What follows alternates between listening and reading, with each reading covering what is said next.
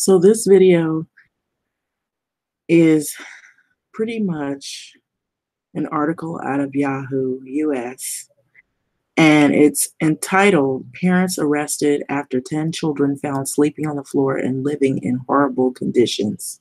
Now, not very many weeks ago, they had a white couple, and I mentioned they were under the name the Turpin family, and they had multiple children, and they were in horrible conditions as well.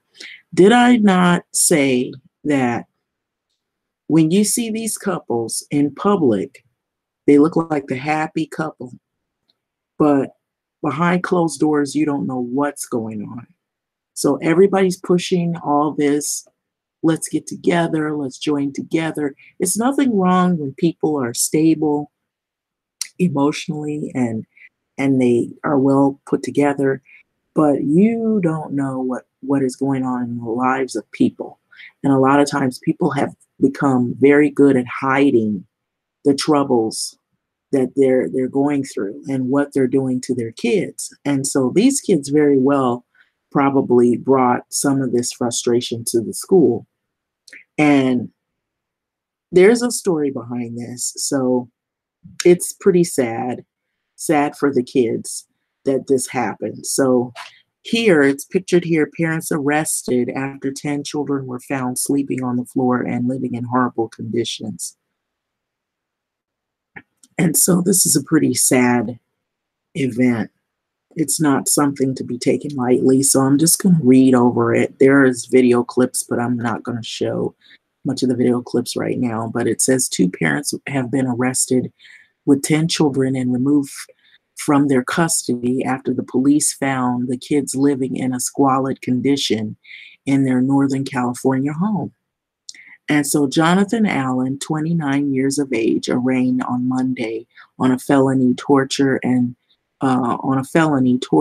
child abuse charge. And the mother, Anna Rogers, is 30 years old, who faces child neglect. So the police allege the children in their care range from anywhere of 12 years of age, 12 years, 4 months old to 12 years of age. So they have a child as young as 4 months old, living in the Lieutenant Greg Hurlbut, described as a squalid, this is the name of, I guess, the person who was looking at this, a Lieutenant Greg Hurlbut, described as a squalid and unsafe condition. So Lieutenant Hurlbut alleged that the children had puncture wounds, burns, bruises, and injuries consistent with that of being shot with a pellet gun.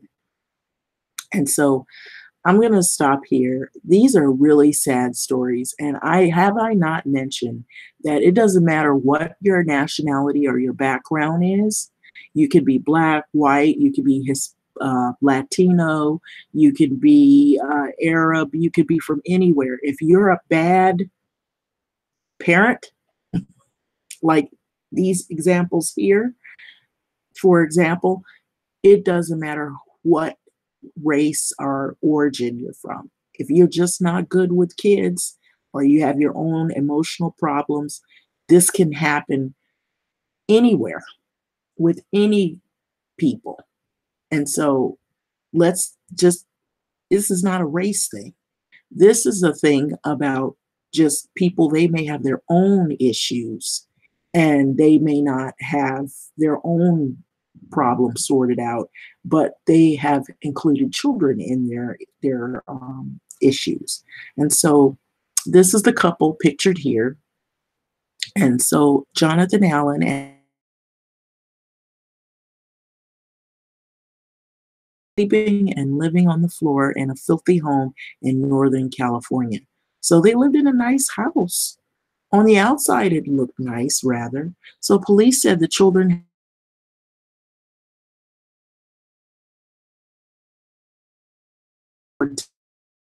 So when these things happen, you've got neighbors, you've got teachers, you've got administrators, and things like that, people that at some point were in contact with the children.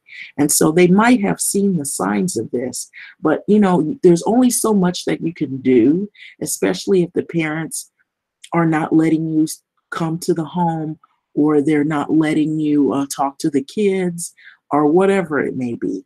So Lieutenant Hurlbut also told ABC News 7 police found garbage and spoiled food on the floor with animal and human feces as well. So the officer added areas of the home that are unpassable due to the large amounts of debris. So they kept it really nasty in there. But if you see the couple on the outside, they look clean, they look like they're okay dressed, and they don't look like they have any problems. So you never can judge the book by its cover, and color either. Let's add that in there, because people always, right now, the issues have been about race. And so we had the issue with the Turpin family, but here you have a family here. These people are African American, or Black people, rather.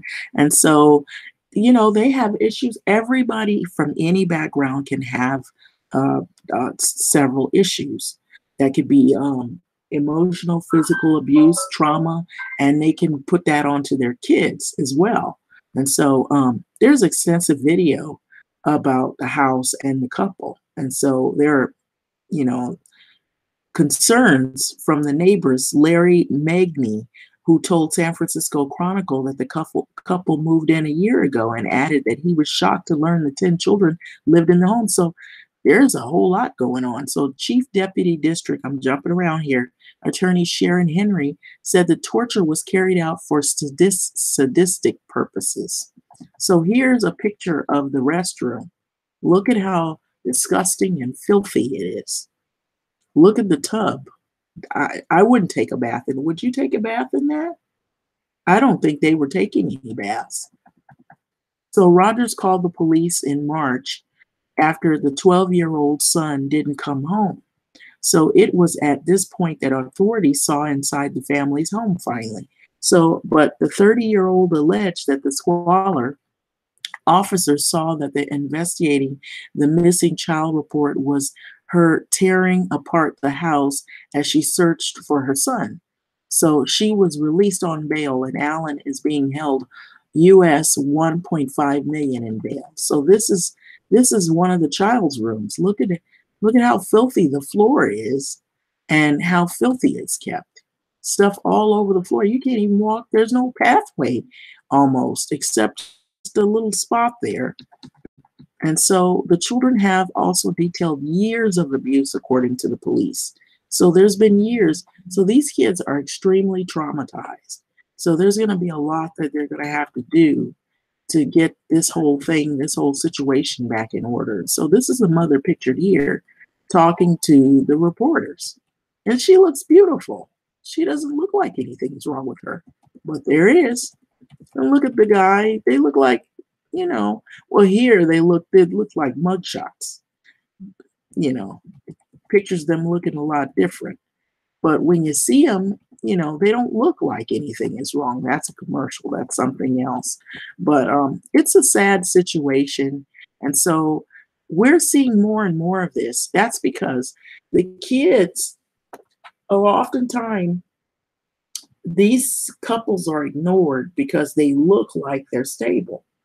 And when they live in a nice home, when you see the home, you wouldn't think that anything was wrong. So that's the reason why they pass it off as, oh, you know, nothing is wrong. You know, nothing's wrong with these people. These people are okay, and there's not a problem. And so this is the kind of stuff that happens. And so this is what people are not looking at. And so anyway, with that being said, I'm going to end this video. Like, comment, subscribe. What do you think about a situation like this? Because this is pretty sad, very sad. So here you see it here. And let me see. I don't know if I can actually play the video.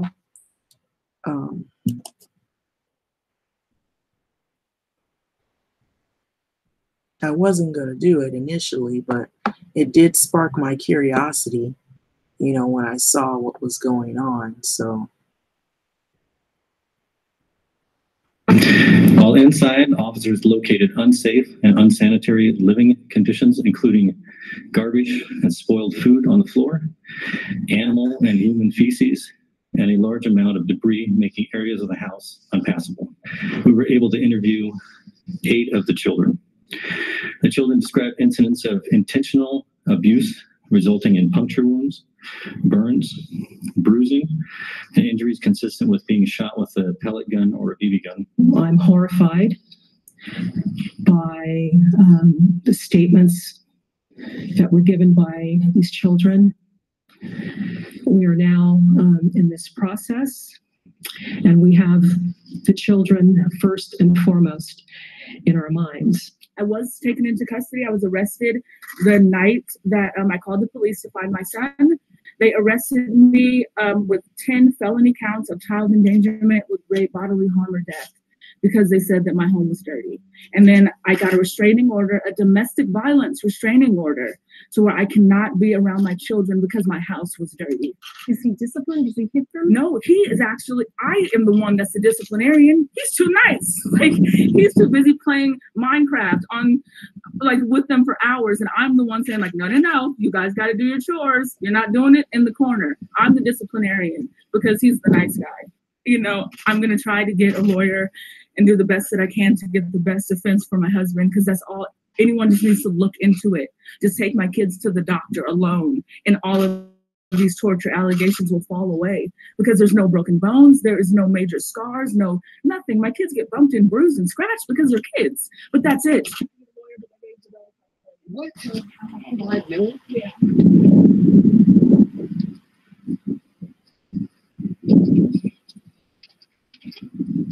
Did you mistreat your children in any way?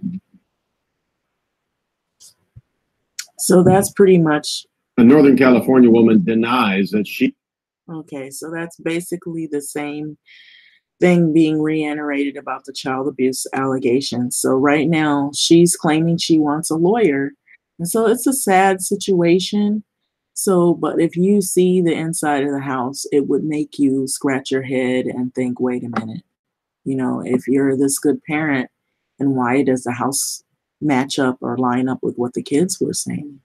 So that's the unfortunate truth. Sad story. Like, comment, subscribe, and thanks for listening. Unfortunately, I don't think these are stories that are going to go away. There are many other situations that will come about and bring about these truth realities that we need to look into. Sometimes it's a hard reality, but it's true. Thanks for listening.